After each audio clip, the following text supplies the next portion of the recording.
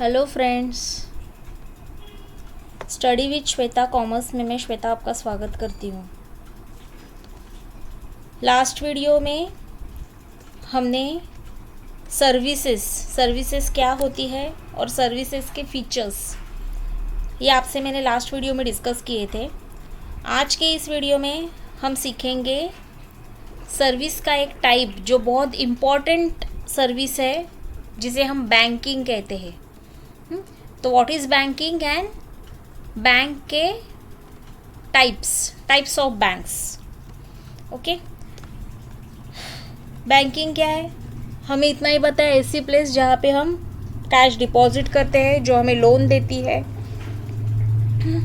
लेकिन इसके अलावा भी बैंक के बहुत सारे फंक्शंस हैं, बहुत सारी टाइप की बैंक होती है। ओके, आपकी सिलेबस में जो डेफिनेशन दी है वो मैं आपको बताती हूँ। Bank is a financial institution which deals with deposits and advances and other related services. Bank provides various services related to money और financial requirements of a consumer के सर्विस रिलेटेड जो मनी है और फाइनेंशियल रिक्वायरमेंट कस्टमर की जो पूरी कर दी है।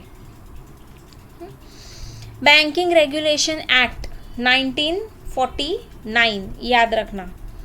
As per Indian banking regulation act 1949, banking company means any company which transacts the business of banking in India and the word banking has been defined as a accepting for the purpose of lending और investment of deposit of money from public से जो पैसा लेती है और ज़रूरत पड़ने पे लोगों को फंड्स प्रोवाइड भी करती है। रीपेएबल ऑन डिमांड लोग जब डिमांड करते हैं तो उनको रीपे भी करती है। Otherwise and withdrawable by cheque से जो अमाउंट विड्रॉ किया जाता है, ड्राफ्ट एंड ऑर्डर और अदरवाइज। ये है types of banks.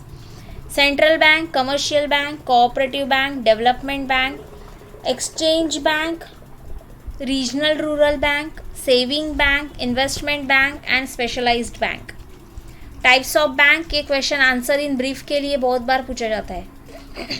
Central bank कौन होती है? आरबीआई, रिजर्व बैंक का ही दूसरा नाम है central bank. Central bank is the apex financial institution in the banking industry in the country. Every country has their own central bank. जितनी भी countries है, सारी कंट्रीज़ की अपनी खुद की सेंट्रल बैंक होती है। हमारी जो है इंडिया की वो है आरबीआई। ओके, अभी आरबीआई एस्टेब्लिश्ड, ये ईयर रॉन्ग दिया है आपके टेक्स्ट बुक में, इसको आप रेक्टिफाई करना। आरबीआई एस्टेब्लिश 1935, 1935 है ना, 1945 नहीं है आपकी बुक में, ये रॉन्ग दिए है, इसको रेक्टिफाई करना। RBI established in 1935 under the Reserve Bank of India Act 1944.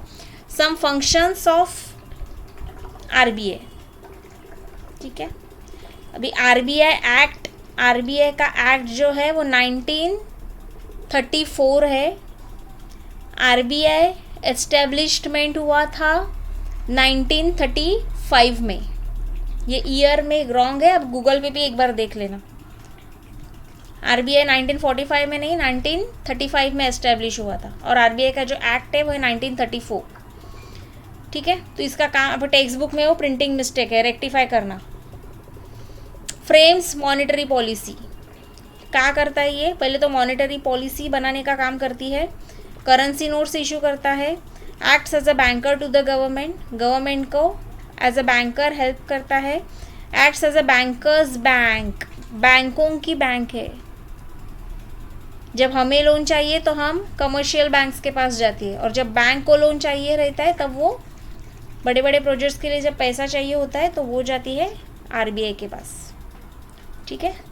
Commercial bank plays an important role in the economic and social development of a country. Commercial bank performs important functions. अभी commercial bank के functions कौन से हैं? Primary functions 3 है, primary and secondary एंड तीसरा agency. Okay, primary functions में क्या है? Accepting of deposit and lending of money. Deposit accept करना, मनी लेंड करना। दूसरा है सेकेंडरी फंक्शंस, इसमें कौन आता है, agency functions and utility functions.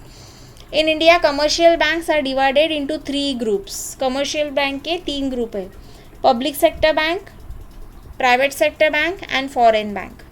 Public sector bank में क्या है, where the majority of capital is held by government such as Bank of India, State Bank of India etcetera. Private sector banks, private sector banks कौन own करता है, individual such as Axis banks, HDFC bank etcetera. Third one is foreign banks. Foreign banks are those banks which are establish outside India, जो India के बाहर establish होते हैं. But these banks have branches in India. इन bank के branches India में है. Citi bank, HSBC, Standard Chartered, ये सारे. Okay. Third one is cooperative bank. In India, cooperative banks are registered under Indian Cooperative Societies Act and regulated under Banking Regulation Act. Cooperative banks are popular in semi-urban and rural areas. Cooperative banks कहाँ पे popular है, semi-urban में और rural areas में. Main aim of cooperative bank is to provide credit to economically backward people. जो economically backward people है उन्हें credit, पैसा पहुंचाने का काम ये करते हैं.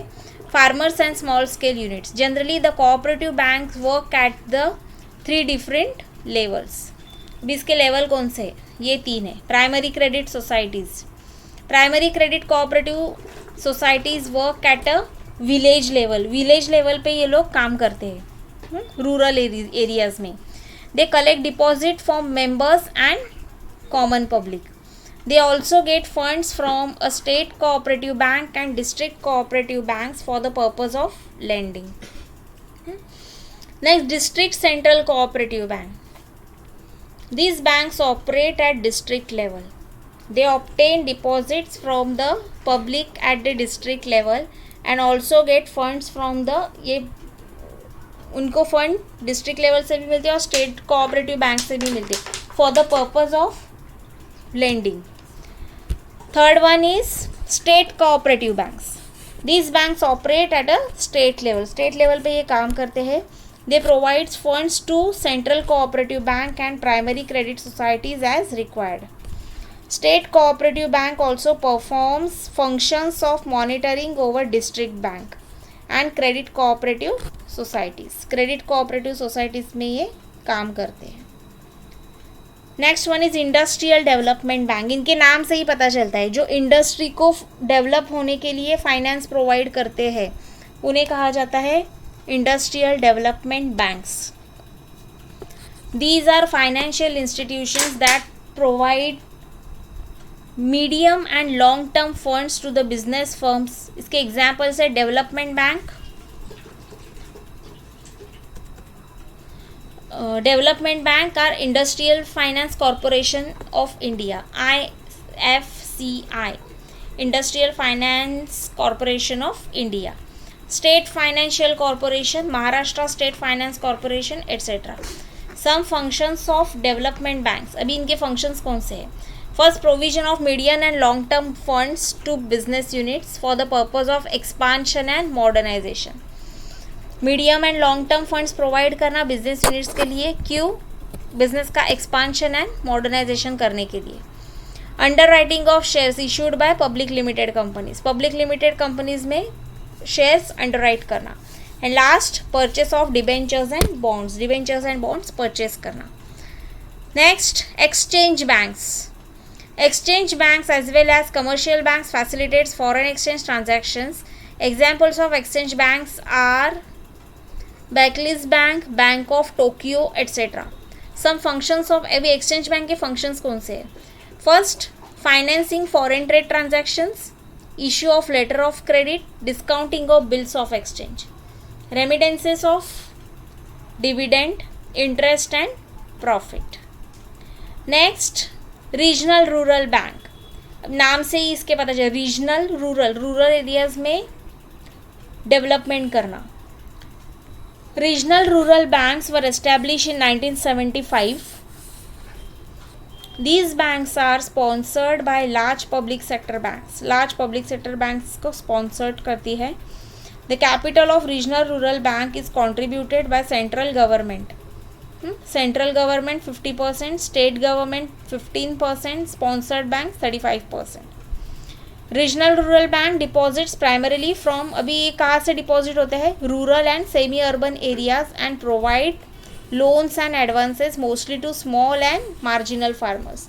ये किसे प्रोवाइड करते हैं, loans and advances, small and जो मार्जिनल फार्मर्स है उनको, एग्रीकल्चरल लेबरर्स को एंड रूरल आर्टिशियंस को, जो गरीब है रूरल एरिया में रहते हैं और जो आर्टिशियंस है, कुछ भी आर्ट जिनके पास है, जैसे सिलाई करना, कपड़े सीना या पेंटिंग्स करना, स्वेटर्स बुनना, ये सारी जो चीज़ें करते हैं उनको आर्टिशियंस कहा जाता है, rural artisans.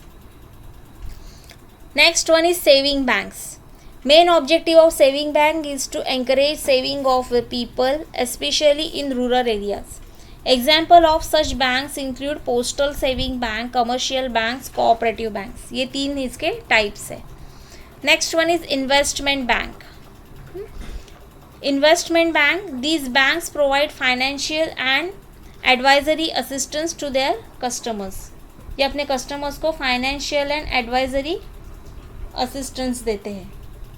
Their clients generally include, इसमें कौन इंक्लूड होता है, generally include business firms and government organisation.